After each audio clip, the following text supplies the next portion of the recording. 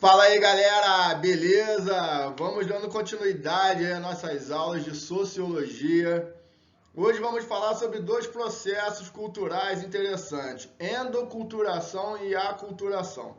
Porque na última aula a gente começou a falar sobre cultura, sobre os processos. O que é cultura? É um padrão de comportamento de um grupo, de uma pessoa, né? Então a gente viu que isso pode mudar de lugar para lugar. Você pode morar no Brasil e ter uma cultura totalmente nossa. E a gente pode falar que lá na Arábia, por exemplo, eles têm uma cultura totalmente diferente da nossa. Comportamentos diferentes, hábitos diferentes, jeito de falar, de agir. E isso é cultura, beleza? E hoje nós vamos falar desses dois processos, aculturação e endoculturação, que tem a ver com a cultura, é muito interessante. Então, antes da gente começar, de eu começar a explicar o que é o processo de endoculturação, vou passar um videozinho aqui pequeno, só para contextualizar a situação, e depois eu entro explicando o que é endoculturação, para vocês entenderem. Beleza? Então vamos ver o videozinho aqui agora.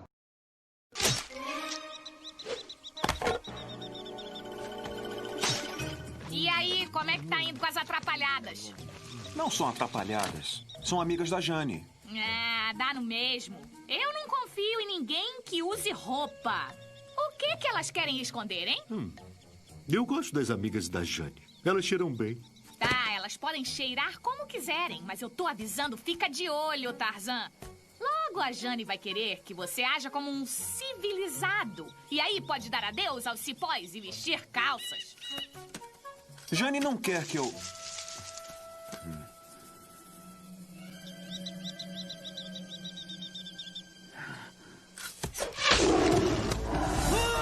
Noro! Ishita!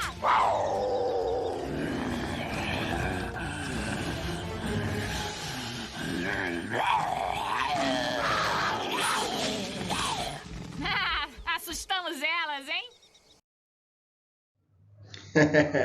É um pequeno fragmento aí do vídeo, né, do filme do Tarzan, que é um desenho animado. Mas por que é interessante a gente entender o desenho e o contexto do Tarzan? Porque o Tarzan ele foi criado na selva, junto com os animais, junto com os macacos, e ele acaba pegando para ele os hábitos de um animal, ou seja, de um outro animal, né? Porque nós também somos animais, biologicamente falando. Mas ele vai criar hábitos de macacos, ele vai aprender a andar em cipó. Inclusive, nesse trechinho que eu peguei aí do filme do Tarzan, mostra, né, a Jane querendo que o Tarzan se virasse um homem, se comportasse como um homem da sociedade, né, civilizado, usasse roupas, e ela estranha que ele não usa roupa. E aí, ou seja, os animais até ele estranham. Ah, não confio em quem não usa roupa, né? Por causa dos animais. O que isso quer dizer? Que biologicamente somos todos iguais, né? Com diferenças fenotípicas, ou seja, físico, cor do cabelo, cor dos olhos, altura. Tem gente, né, mais gordinha, mais magrinha e por aí vai. Em síntese, né? Nós nascemos todo mundo igual. O que vai nos diferenciar, o que vai nos tornar humanos é a nossa cultura, o nosso hábito, nossa forma de agir. Porque o Tarzan, né, filme antigo, até que foi, né, feito novamente há pouco tempo, criado em animação, retrata exatamente um ser humano da espécie Homo sapiens, sabe, que é a nossa espécie, mas que quando ele é criado com outros hábitos, seja lá na natureza, com os animais, ele vai adquirir hábitos, porque ele aprendeu a adquirir. Então, o que isso quer dizer? Que para a gente, né, sem a cultura, o que diferencia a gente dos animais, no caso, é a nossa cultura. Sem a cultura, apenas a nossa própria natureza, ou seja, a gente seria um animal como qualquer outro. E nós estamos sujeitos a aprender a viver em sociedade, a aprender os hábitos. E esse processo de aprender os hábitos de viver em sociedade, é o que nós vamos chamar aqui de endoculturação. Beleza? Então, o que é endoculturação? É o processo por meio do qual os indivíduos aprendem o modo de vida e sociedade na qual nascem, adquirem e internalizam um sistema de valores, normas, símbolos, crenças e conhecimentos. Então, a gente aprende. A gente não nasce aprendendo, a gente não nasce sabendo tudo. A gente aprende a comer, aprende a andar, aprende a falar, aprende a fazer tudo a partir do contato com a nossa cultura, ou seja, com nossos pais. A gente já estudou isso em socialização, né? Aprende com a família, depois aprende na escola, aprende em várias outras situações, mas porque a gente está nesse meio nosso aqui. Porque se a gente fosse criado ali como Tarzan, lá no meio dos animais, aprenderíamos a viver como os animais. Doideira, parece que é uma lenda, uma historinha, mas não. E existem casos reais disso. Depois eu vou mostrar para vocês mais para frente, não na aula de hoje, mas quando for passar um exercício, de um caso lá na Índia, por exemplo, de uma menina que aprendeu a lidar com os animais e ela tinha hábitos de animais. Exatamente porque a endoculturação é exatamente isso, o processo no qual a gente aprende a nossa cultura. Endoculturação, então, significa exatamente essa interiorização, essa assimilação cultural, essa absorção, né, que a gente aprende com as outras pessoas. É um processo social que se inicia na infância, mediado pela família, né? A gente começa a aprender os nossos hábitos lá quando criança, depois com os amigos, posteriormente na escola, religião, no clube, trabalho, partido político e tantos outros grupos sociais. É um processo que se dá, na verdade, a vida inteira.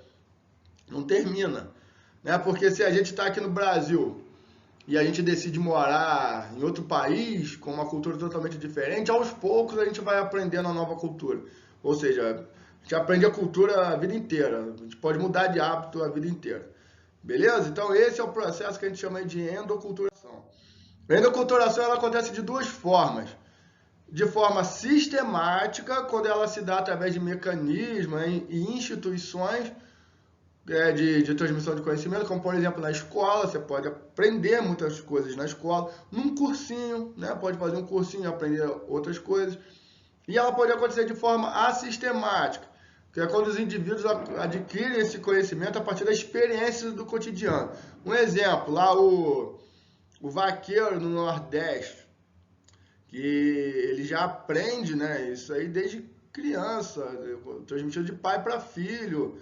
É uma aprendizagem informal, ou seja, ele não entrou na escola para aprender a ser vaqueiro, né? Então, aprender a andar de cavalo, aprender várias situações, são coisas informais, coisas que passou de geração para geração, coisas que foi aprendendo por estar aí no nosso meio.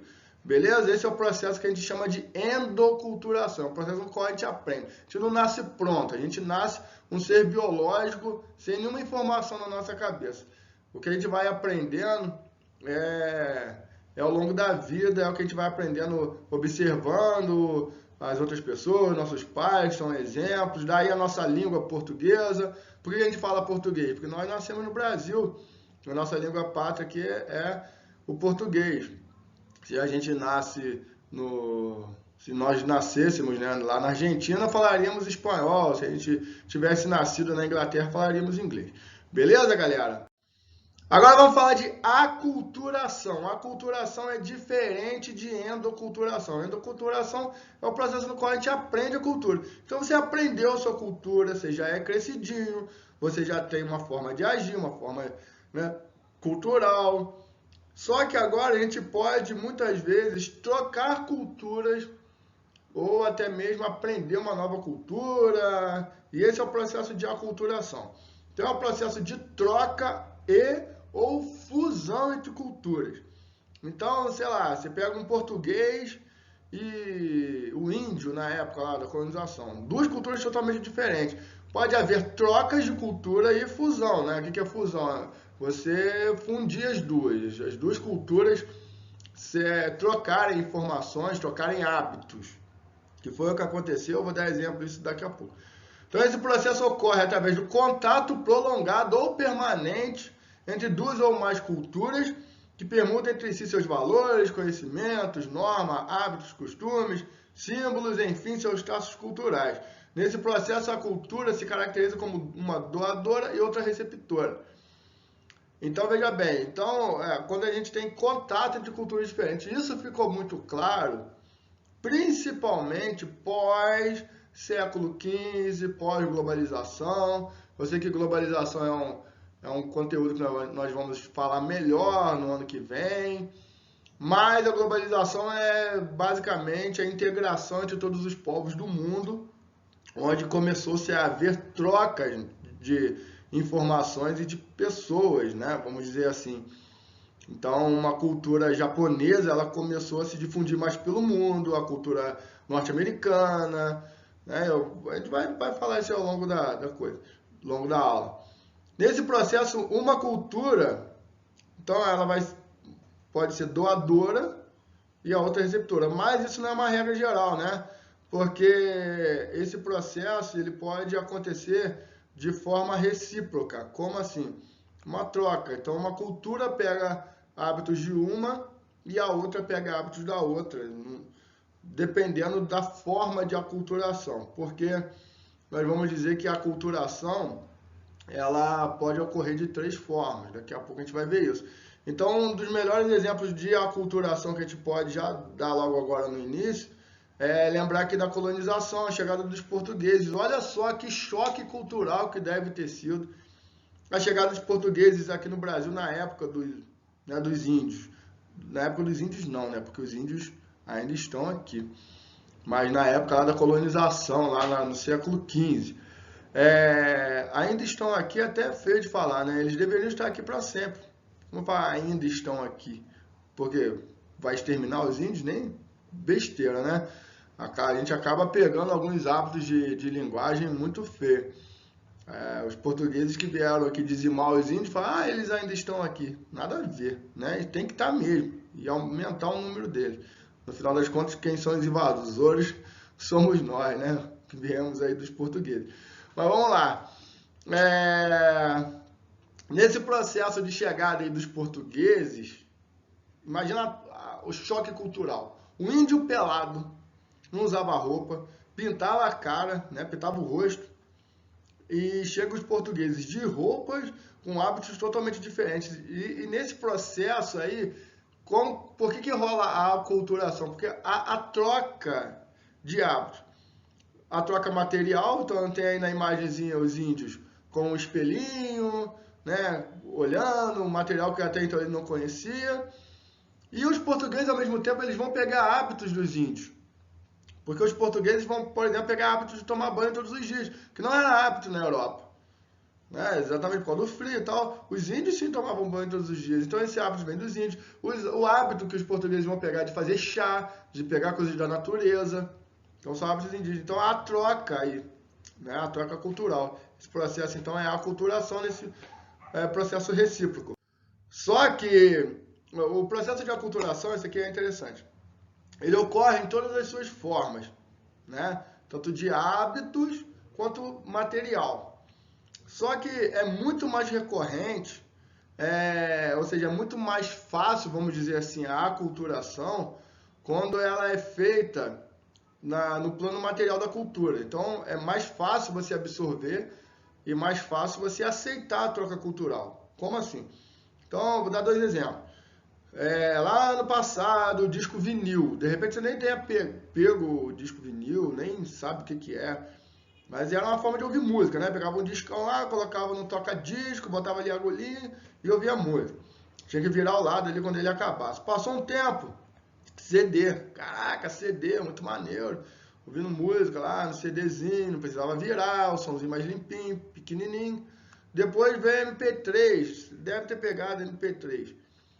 Não precisava, né, botar nada ali dentro, agora tinha memória, igual, né, a gente tem no celular aí, ouvir música. Só que hoje em dia nem o MP3 ouve mais, né? Como é que a galera ouve música hoje em dia? Basicamente entra lá no Spotify, ou no Deezer, sei lá, outras plataformas de música aí, né? Tem o da Amazon, e escuta música, né? Sem baixar nada, sem ter material nenhum. Baixa, né? Ou escuta online, mas não tem que ficar comprando CD, nem nada. Então, foi uma troca cultural, uma modificação na forma de ouvir música? Sim, totalmente. Mas foi bom ou ruim? Foi bom, né? E a galera aceitou isso de beleza. Outro exemplo é que a forma de ver filmes, né? Antigamente se via filme como? Aí o VHS, que era a fita, né? Quando acabava tinha que rebobinar tudo lá no início.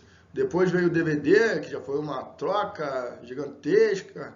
Não precisava rebobinar. Era lindo o DVD. E hoje em dia, como é que a maior parte da galera vê filme? Netflix, né? Online, não precisa alugar nada, não precisa comprar nada, só paga mensalidade, tá ali várias opções. Um show de bola. Foram mudanças culturais no nosso hábito de viver, ou seja, o hábito de ver filme, o hábito de ouvir música. E isso tem várias outras situações, né? Se a gente for analisar os eletrodomésticos. Então, na parte material, a gente aceita de boa. Por que eu estou dizendo isso? Porque é muito mais difícil no campo cultural, vamos dizer assim, religioso. As pessoas não trocam de religião assim de uma hora para outra, né? Geralmente você cresce, nasce numa religião e você fica com ela durante a vida toda. Mas tem pessoas que trocam, mas é uma coisa que é menos constante. Alguns outros hábitos, né? São mais difíceis de trocar. Trocar nosso idioma, por exemplo. A gente aprende outros, mas você nunca deixa de ter o seu idioma nativo, né? Mas a questão material, então, é mais fácil de promover essa aculturação, essa troca, essa mudança de hábitos, beleza? A aculturação, ela ocorre mediante 3 possibilidades, ou seja, de 3 formas, beleza? E a primeira forma é de forma livre, ou seja, quando ela se dá de forma espontânea, pacificamente, quando não há nenhum tipo de dificuldade, confronto ou choque entre as culturas. Exemplo, comida japonesa, os restaurantes de comida japonesa aqui no Brasil, aqui em Friburgo, Dois Barras, qualquer lugar, né? Então, não houve nenhum tipo de choque cultural, e sim a troca de cultura. É uma cultura japonesa e que nós absorvemos essa cultura. E ela se encaixa muito bem, a galera do Brasil adora a comida japonesa, né? Então, ou seja, não houve nenhum tipo de relutância, de protesto, não, tranquilo. Né? É uma cultura que entra aqui, de repente lá no Japão tem absorvido alguma cultura nossa também, beleza?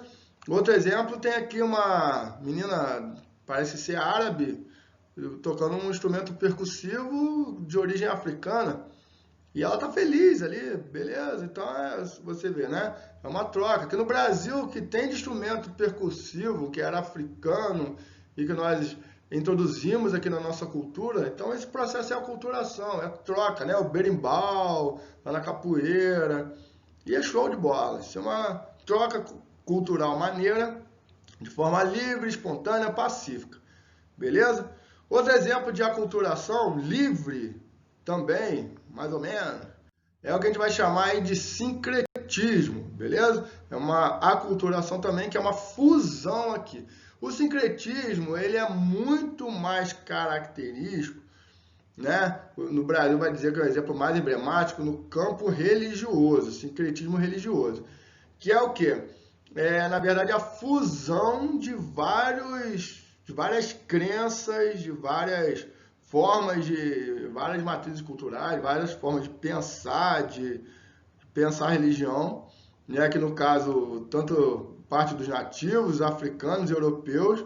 Então você tem essa fusão aí de diversos ritos e diversas crenças. Um exemplo aqui é o São Jorge, beleza? Para os católicos, ou seja, os europeus de origem cristã, São Jorge, que era lá da Turquia, né, lá da Capadócia, um santo católico. Os africanos, isso aí tem muito a ver com o colonialismo, que quando os africanos aqui no Brasil não podiam muito manifestar suas crenças, principalmente das matrizes africanas, então eles pegavam algum santo católico, ficavam ali venerando, só que eles, era uma forma de disfarce, né, da verdadeira crença deles. Para eles, a imagem de São Jorge representava o Ogum, lá um orixá, lá da religião matriz africana, do candomblé. E eles associavam o São Jorge ao Oxum. O que isso resultou, no caso? Em um sincretismo. Que o mesmo santo, ali no caso, a mesma imagem, ela é utilizada tanto pela religião africana quanto pela religião católica. os católicos é São Jorge, para quem é do candomblé, né, ela é o Ogum, e convivem pacificamente. Tanto é quando tem festa de São Jorge, tem festa tanto para a religião candomblé, tem festa no catolicismo. Né? Então você vê aí, por exemplo, nessa imagem, ao fundo você vê a festa católica e na frente você vê a fé do candomblé, da religião africana. Então, esse é o sincretismo, beleza? Quando você faz a fusão ali de ritos.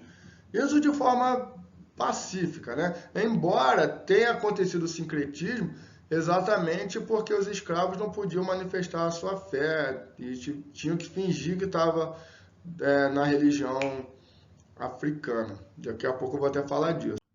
Vamos falar agora da aculturação forçada. Essa aqui é a mais sinistra, assim, de falar, porque a aculturação forçada é quando ela é imposta por coerção, quando não há opção de escolha por parte da sociedade que tenha a sua cultura suplantada, ou seja, extinta. Você é obrigado a aderir à cultura do outro. Isso foi muito característico lá na colonização, principalmente. A colonização em várias situações, como, por exemplo, lá na África.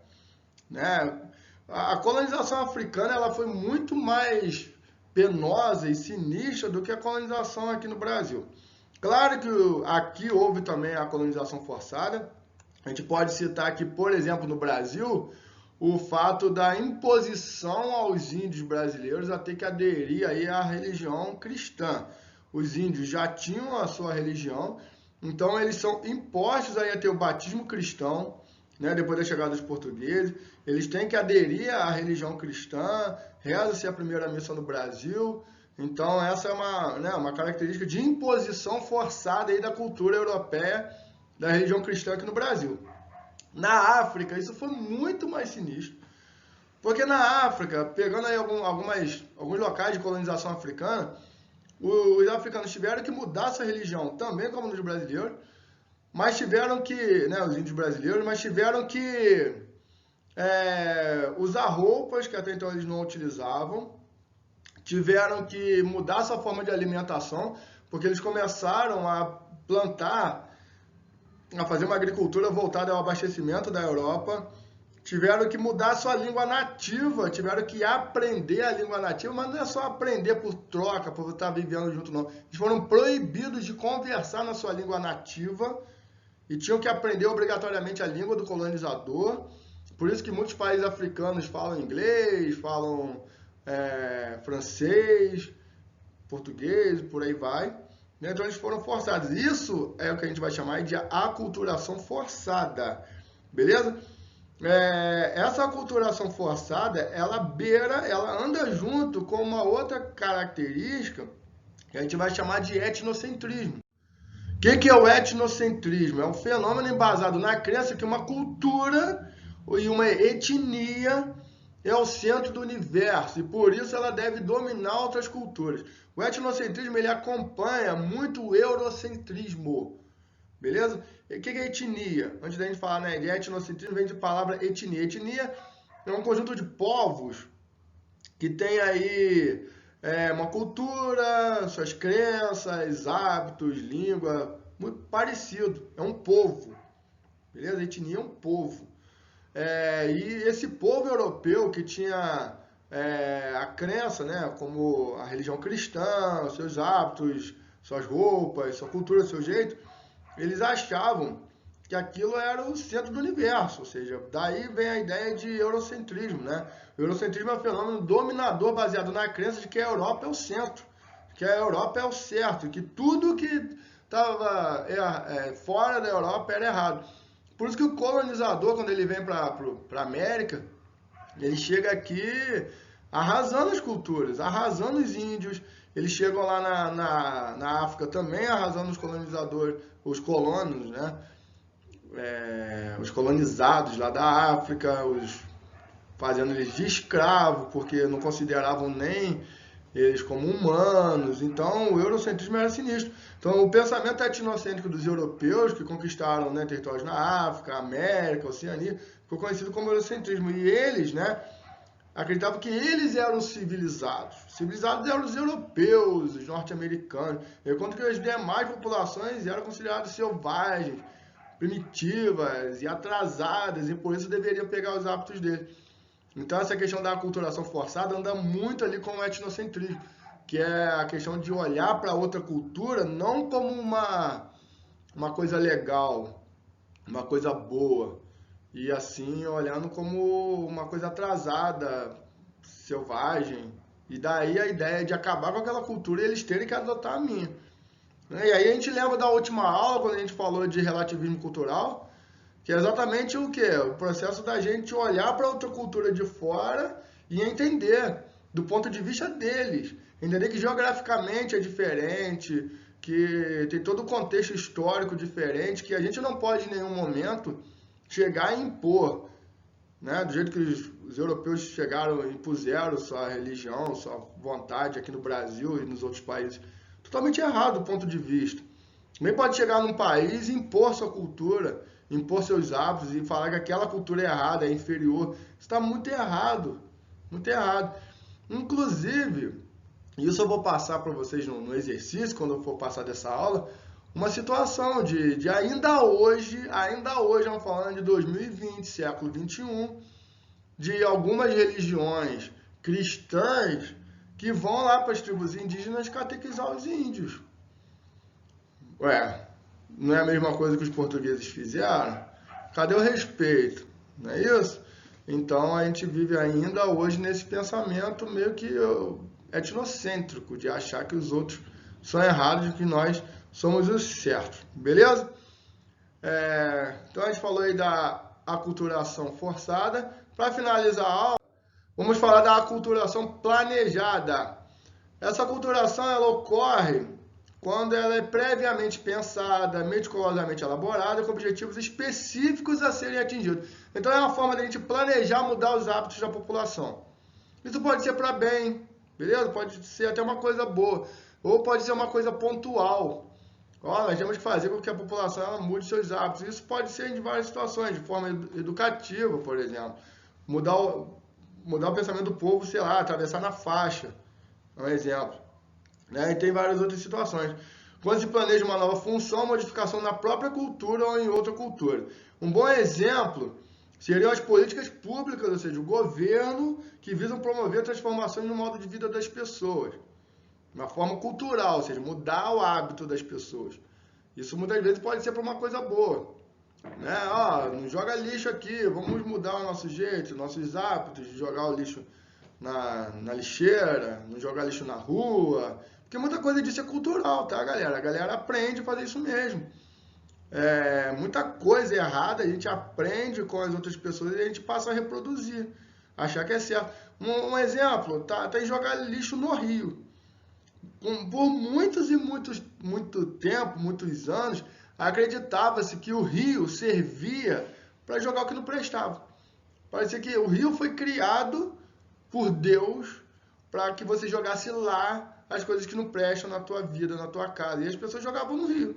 Sofá, camisa, sei lá, garrafa PET, jogava no rio. Isso não é uma forma cultural errada? Não é? Então, muitas vezes, tem que mudar os hábitos. Né? E um exemplo que a gente pode citar de aculturação planejada é o que está acontecendo agora. Né? Por exemplo, no caso de uma epidemia, que é uma coisa mais regional, e agora vamos falar de uma pandemia. Vamos parar para pensar quanta coisa mudou na sua vida quando começou essa pandemia? Para pensar, quais hábitos mudaram aí na sua vida? O hábito de usar máscara, olha que doideira, de sair na rua e tem muita gente de máscara. Não é uma mudança cultural? Pode ser pontual. Sei lá, quando sair a vacina a gente vai mudar, mas atualmente isso meio que está incrementado na nossa vida. Principalmente eu não saio de casa se eu não colocar uma máscara para ir no mercado, na farmácia. Né? Não é uma mudança de hábito, o hábito de lavar as mãos direto, não que a gente já não lavasse antes, mas com tanta frequência, usando sabonete, lavando a mão da maneira correta, ou né, utilizando álcool em gel, que é uma coisa que muita gente não tinha o hábito de utilizar, e até mesmo o hábito de entrar em casa sem sapatos, né? entrar em casa, tirar aí o chinelo, o sapato que você vem da rua, deixar na porta de casa e entrar descalço. Isso é um hábito japonês, sabia? Os japoneses, eles têm esse hábito, essa cultura própria deles de entrar em casa e deixar lá o sapato para não levar as sujeiras, né, as bactérias que tá na rua, deixa no portão de casa e tem o hábito de ter um outro calçado para andar dentro de casa. Aqui no Brasil não tem muito disso, né? A galera entra mesmo, chinelo, sapato dentro de casa, mas isso tem mudado, principalmente com essa pandemia aí, com essa ideia, né, de pegar o vírus na rua, estar na sola do sapato e não levar para dentro de casa. Então, é uma coisa planejada, o governo, né, ele tem essa ideia de que o povo mude mesmo o seu comportamento, principalmente devido aí à pandemia. Pode ser que a gente volte assim como era antes? Pode. Mas muita coisa, com certeza, vai ficar implantada aí na nossa cultura devido à repetição. A gente acaba criando hábitos a partir da repetição e de tanto tempo, né? Uns 4 meses. Porque alguns estudiosos, isso não sei se é verdade, né? Mas eu já li isso em alguns sites, em alguns estudos, que a mudança de hábito, ela acontece quando a gente faz por pelo menos 21 dias repetidamente todas as coisas todos os dias. Então, se você quer criar o hábito, por exemplo, de acordar cedo, acordar todo dia na mesma hora e você vai criando um hábito, ou seja, mudando a sua forma, né? Você quer criar o hábito de fazer exercício, tem que cultivar isso. Por que é tão difícil fazer as coisas no início, né? Porque não é hábito, né? É cultura nossa. Eu lembro da primeira vez que eu fui a Porto Alegre, que a gente chegou lá, né? Eu fui com a galera da faculdade na época ainda, e a gente chegou lá em Porto Alegre, aquela coisa toda, né? Um estado novo, e de manhã a galera toma chimarrão, na verdade o pessoal toma chimarrão o dia inteiro. E aí a galera empolgada, pô, vou comprar chimarrão, e compramos a cuia, compramos o mate, a bomba lá, né, que é aquele canudinho, e trouxemos aqui. Meus amigos, pô, agora todo dia de manhã eu vou tomar chimarrão, eu parei o café, eu falei, velho, isso não vai durar um mês. Não durou uma semana. Você acha que os camaradas iam acordar cedo para esquentar água, botar no mate e tal, ter toda uma preparação, que aquilo não é fácil de preparar, para fazer todos os dias? Não vai, porque não é da nossa cultura.